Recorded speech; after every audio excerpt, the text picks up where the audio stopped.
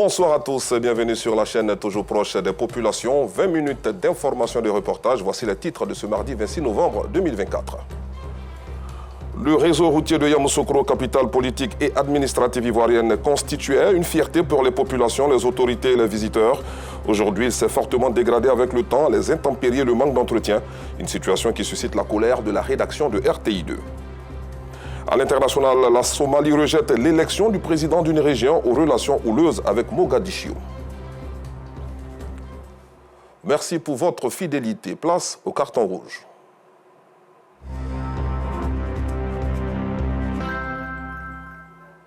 Capitale politique ivoirienne, Yamoussoukro est aussi le village natal de Feu Félix Houphouët-Boigny, premier président de la Côte d'Ivoire indépendante. Cette ville impose admiration et respect, vu ses belles voies larges et bitumées. Mais force est de constater qu'à la sortie centre-ouest direction Oumé, l'axe Sopim-Belleville est totalement impraticable car la voie est dégradée. Nos reporters Théodore Zouzou et Pargassoro Kone de Madongui tirent la sonnette d'alarme. Ici, c'est Yamoussoukro, village du premier président de la Côte d'Ivoire indépendante, père fondateur de notre beau pays, Félix Houphouët-Boigny. Vous avez bien entendu, ici, c'est Yamoussoukro. Et cette voie que vous voyez là fait partie des voies les plus importantes de la capitale politique. En clair, c'est une porte d'entrée et de sortie de la chic et sublime ville du lac Okaïma, chef-lieu du district autonome de Yamoussoukro. Saviez-vous que cette route mène à Oumé, donc une voie internationale? Mais regardez l'état de dégradation de cette voie. Mesdames et messieurs, nous n'utiliserons pas l'euphémisme pour dire que cette voie est balafrée. Elle est détruite, elle est impraticable. Elle constitue un calvaire, un enfer pour les usagers. La circulation ici n'est pas du tout aisée. Un champ de patates, offrant un spectacle qui s'apparente à une sorte de jungle. Oui, une sorte de jungle, avons-nous dit. Cette voie internationale, un véritable parcours du combattant. Les véhicules sur ce tronçon vont dans tous les sens, avec des détours risqués, devant d'autres engins roulants. Et dire que nous sommes dans la chic et sublime ville de Yamoussoukro. Ça ne fatigue pas, la voie est dégradée, on ne peut même pas venir la voiture, on ne peut pas rouler, on peut pas, tu vois, on est obligé de passer dans les...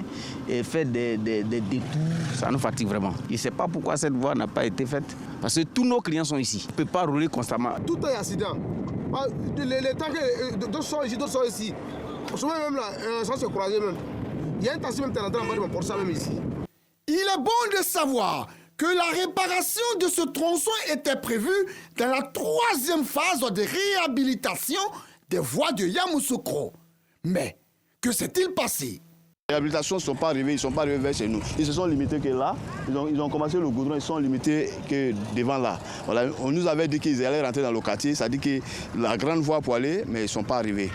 Voilà, vraiment, nous, on en attend toujours. On a constaté plusieurs voies réhabilitées à Yamoussoukro. On n'a pas compris pourquoi. On a vu des machines ici pendant une période et malheureusement, 3 sur 3, la route était réhabilitée à un tiers. Elle s'est limitée juste au marché, alors que ça ne route pas jusqu'à Yamoussoukro. Sur cette route qui part du quartier Sopim pour relier Belleville et Bellevue, direction le centre-ouest, ce ne sont plus des nids de poules qui vous accueillent, mais plutôt des tourbillons, ou si vous voulez même, des ravins. Le bitume a complètement foutu le camp. Et dire que nous sommes dans la chic et sublime ville de Yamoussoukro, le village du premier président de la Côte d'Ivoire indépendante, père fondateur de notre beau pays, Félix Houphouët-Boigny. Que c'est dommage. Il y a aussi ces flaques d'eau qui perturbent considérablement le sommeil des usagers. Vraiment, on en a marre. Cette route-là, vous voyez, il y a 2 quartiers, il y a Belleville et il y a Bellevue. 2 quartiers surpeuplés. Même nos enfants qui vont à l'école ce matin, c'est tout un problème. Nous les travailleurs, quand nous devons le matin, un trajet qu'on peut faire en 5 minutes, on veut taper 25-30 minutes et très souvent avec des accidents à l'appui. Nos quotidiens, notre activité, nos déplacements impactent notre vie, on va dire. Parce que chaque matin, là, je viens du dernier rendez-vous, je rentre avec toutes les difficultés possibles, vous constatez. Et quand il pleut, c'est la catastrophe. La sécurité dans ces conditions-là devient une problématique. Et oui, c'est creux malheureusement favorise la naissance d'une insécurité totale. Je ne sais même pas comment on va faire même. Surtout même la nuit même ici. Toujours il y a accident de moto, les gens agressent les gens, vraiment c'est pas facile. L'impraticabilité de la voie principale oblige certains automobilistes à se rabattre sur le trottoir réservé aux piétons. Bon, on ne passe pas sur la grande voie, passer là-bas est gâté. On préfère passer sur le trottoir pour pouvoir un peu vite partir. Ça ne nous arrange pas, mais on est obligé de le faire puisque là-bas on n'arrive pas à passer là-bas. Au regard de tous ces problèmes, de toutes ces difficultés, les riverains, surtout la jeunesse, a décidé de prendre des initiatives afin que les véhicules des transports en commun puissent circuler correctement, que ces véhicules puissent entrer aisément dans leur cité. Des efforts très vite annihilés par les intempéries. Ce que nous on arrive à faire souvent, c'est de souvent remplir les trous.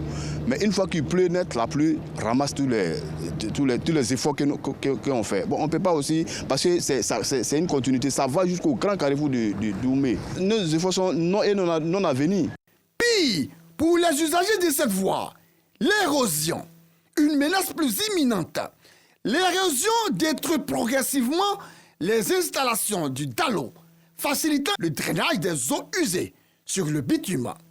À ce stade, une question nous traverse l'esprit. Question adressée à l'Agéroute. Agéroute, allez-vous laisser cette voie se couper après avoir refait environ 40 km d'une valeur d'un peu plus de 35 milliards de francs CFA? Non, non et non. Il faut éviter à tous les prix que cette voie se coupe. Agéroute, la population et les automobilistes souffrent de cette voie impraticable. Depuis un long moment. Depuis que les travaux sont arrêtés, plus de machines en vue. Pour tous ces faits et pour cette mauvaise image à l'entrée de la capitale politique de notre beau pays, occasionnée par l'arrêt des travaux engagés, un gros carton rouge est attribué à l'Agéroute. Carton rouge également au district autonome de Yamoussoukro pour leur mutisme, leur silence, leur quiétude et leur sérénité face à ces difficultés que connaissent les usagers de ce tronçon. Écoutez, mesdames et messieurs les responsables de l'Agéroute et du district autonome de Yamoussoukro, nous vous rappelons qu'ici, c'est la chic et sublime ville du lac au Caïman, le village du premier président de la Côte d'Ivoire indépendante, le père fondateur Félix Houphouët-Boigny. Alors, il est imminent, voire nécessaire, de trouver une solution au plus vite pour le bonheur des populations de Yamoussoukro, surtout pour le bonheur des automobilistes de cet axe qui mène à Oumé. C'est un constat. Avec l'aménagement et le renforcement des voiries, la ville de Yamoussoukro est de plus en plus reluisante et prête à accueillir des événements. Vivement que les autorités compétentes réagissent. Parlons sécurité à présent. Les forces de défense et de sécurité ainsi que les structures étatiques engagées dans la lutte contre le terrorisme sont à l'école des Nations Unies pour venir à bout de ce phénomène. Une formation a été donc initiée à leur intention pour être mieux instruits sur les questions du terrorisme. L'ouverture de cette rencontre a eu lieu hier à Cocody en présence de nos reporters Noussangaré et Kader Bachil.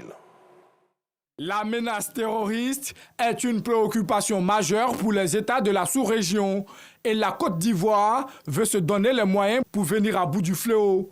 Les forces de défense et de sécurité ainsi que les structures engagées dans la lutte contre le terrorisme sont à l'école des Nations Unies. La problématique des points sensibles et vulnérables est au menu de ce renforcement des capacités. Ce plan-là nous permettra de sécuriser de façon très positive les sites sensibles, afin que ça ne soit plus une menace, parce que la menace terroriste, elle est réelle et l'État de Côte d'Ivoire veut se doter de moyens de pouvoir lutter contre ces attentats ou ces actes terroristes qui pourraient perturber la vie des populations et surtout avoir des impacts sur l'économie de la Côte d'Ivoire. Dans ce combat engagé par l'État ivoirien, la police maritime entend prendre toute sa place. L'espace maritime n'est pas épargné. C'est pour ça que nous participons à ce genre de séminaire. Nous connaissons le problème que nous avons dans le golfe de Guinée. Le golfe de Guinée appartient à toute la panoplie de pays au niveau de l'océan Atlantique. Mais au niveau de la Côte d'Ivoire, je dirais peut-être que jusqu'à maintenant, nous sommes un peu chanceux. Mais il fallait qu'on prenne des mesures et que chaque agence des forces de l'ordre puisse jouer son rôle. Et la police maritime cherche à jouer son rôle. 3 jours d'échanges et de partage d'expériences, à l'issue desquels un plan d'action sera dévoilé par les experts des Nations Unies pour la lutte contre le terrorisme. Intéressons-nous à présent à une cérémonie de remise de diplômes. Ils sont au total 35 au cadre de l'administration publique qui ont pris part à une formation initiée par M2E Business School. Cette formation permettra à ces cadres de mieux gérer les ressources publiques avec plus d'efficacité dans la gestion des entreprises. Des précisions avec Laurence Kakra. 8 mois après une initiation aux techniques managériales, ces entrepreneurs de différents secteurs d'activité sont distingués pour leur talent. Au nombre de 35, ces lauréats pourront contribuer de manière significative aux défis du développement économique de la Côte d'Ivoire. C'est un programme dont l'objectif est de travailler avec des très hauts dirigeants de l'administration publique et dans le renforcement de leurs capacités en matière de gestion publique, principalement la gestion en fonction de la valeur publique, et puis aussi en matière de leadership et de management en général. Et pour le KMP, il y a un programme pour la direction générale de services publics et couvre tous les domaines d'une organisation, de ressources humaines, de stratégie, des opérations, de manière que les managers puissent avoir une vision globale et puissent diriger la structure. Une formation instructive selon les récipiendaires de la 7e promotion du public AMP. Ce programme est complet. Il nous donne des outils pour améliorer notre capacité à pouvoir vivre parmi les hommes et à être utile, et également à pouvoir apporter un plus, toujours un plus, à toute la confiance que l'État a apportée en nous plaçant à ces différents postes-là, afin que nous puissions accomplir de manière sereine, mais toujours avec une valeur ajoutée au service public. Et donc il est important pour tous les administrateurs de faire ce programme. Cette formation est une initiative de M2 Business School, un programme destiné à la haute administration publique ivoirienne. Retrouvons notre reporter Noussangare pour parler religion cette fois. Les transporteurs de la région de la Bagoué ont initié une journée de prière pour la paix et la cohésion sociale en Côte d'Ivoire. Cette cérémonie qui s'est tenue à Boundiali intervient dans un contexte particulier, celui de la présidentielle de 2025. Elle a enregistré la présence de la ministre Mariatou Koné, maire de la ville. Ils sont venus de toutes les localités de la région de la Bagoué. Les chauffeurs de taxi, minicars, gros camions et propriétaires de véhicules de transport ont effectué nombreux déplacements dans la ville de Boundiali pour une journée de prière. Ensemble, ces transporteurs ont multiplié des prières pour la paix et la cohésion sociale en Côte d'Ivoire. Des prières également pour les dirigeants du pays. Ceux qui nous dirigent, si on prie pour eux, ils vont prendre la voie qui est bonne. C'est Dieu qui sait laquelle voie qui est bonne. Quand on prie pour eux, c'est comme on prie pour nous-mêmes. Raison pour laquelle on est venu faire des sacrifices, des grands sacrifices. Et les lectures coraniques et les doigts. Tous les imams de la Bagoué, ils sont venus à Boundiali aujourd'hui. On a prié pour la Côte d'Ivoire et on prie Dieu que les prières qu'on a faites, que Dieu exauce nos prières. Cette journée de prière, qui se tient dans un contexte de fête de fin d'année, a été aussi une occasion pour le président du Haut Conseil des transporteurs de sensibiliser les acteurs du secteur sur le respect du code de la route pour éviter d'éventuels accidents. Et nous profitons de l'occasion qui nous est offerte pour lancer un appel à tous les opérateurs du transport, chauffeurs, propriétaires de camions, pour qu'ils mettent tout en œuvre pour que les véhicules soient bien tenus et que les chauffeurs respectent le code minimum de la route. Parce qu'en ces temps de fin d'année, nous serons confrontés à la mobilité des véhicules et des populations. Et cela, nous demandons que tous les opérateurs prennent toutes les dispositions nécessaires pour que la question de la préservation des vies de nos passagers et des biens de nos populations soit assurée. Marraine de la cérémonie, la ministre Mariatou Koné, par ailleurs maire de Boundiali, n'a pas manqué de traduire sa gratitude aux transporteurs pour cette initiative. Je voudrais féliciter tous les transporteurs et la grande famille des transporteurs. Vous féliciter pour cette initiative. Parce que sans la paix, sans la cohésion sociale, aucun développement n'est possible. Vous les transporteurs, vous menez une activité sans frontières. Vous transportez des personnes et des biens. Chers transporteurs, vous vivez l'interculturalité et l'intégration des peuples au quotidien sur les routes de Côte d'Ivoire et de l'Afrique de l'Ouest, pour certains parmi vous qui font de grandes distances. Cette journée de prière, soutenue par les guides religieux, a été meublée par des bénédictions. Ouvrons la page sport de cette édition à Cocody, où le président de la Chambre nationale des rois et chef traditionnel a reçu hier à son domicile une délégation de la FIMADA, conduite par son premier responsable Bleu Charlemagne, ainsi que le ministre délégué au sport, Adjemetch Silas. Sa Majesté Aoulaye Ananan Tanoé Désiré Paul a félicité les éléphants maracaniers pour leur sacre. Compte rendu, Pascal Koné. Après les civilités coutumières, le colonel Bleu Louan Charlemagne, par ailleurs président de la Fédération ivoirienne de Maracana et de discipline assimilée, a dès l'entame de cette visite remercié Sa Majesté Aoulaye Nana Tanoé Désiré Paul pour avoir été la première autorité à donner la première cola financière de l'organisation de cette Coupe du Monde de Maracana. Le 5e vice-président de la Chambre, Boka Yapi, a, au nom de l'institution et du roi, salué le geste du président Bleu Charlemagne et par ricochet toute la fédération pour la considération. C'est une grosse marque de considération que M. le ministre a bien voulu porter à la Chambre des rois. Nous disons merci.